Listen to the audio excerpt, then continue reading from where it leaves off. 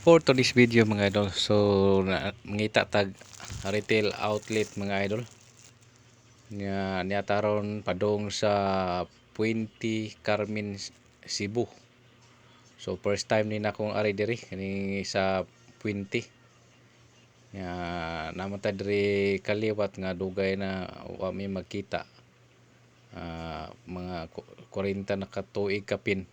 So angan ra mo akong nailhan nya interested man siya nga mamaligya sa atong corn with malunggay. So mao ni siya biyahe ta diri atong gipangita ang iyang tindahan. So ang iyang tindahan kuno na ako ni sa Puente bus stop.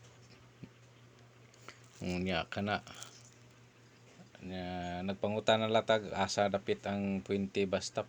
Nya kani nga time naabot na dayta ni sa bus stop Puente. Nya nangutana ko ani diri. So tapad ni siya sa Inday Miss Big Shop nga Liti Mojado Store.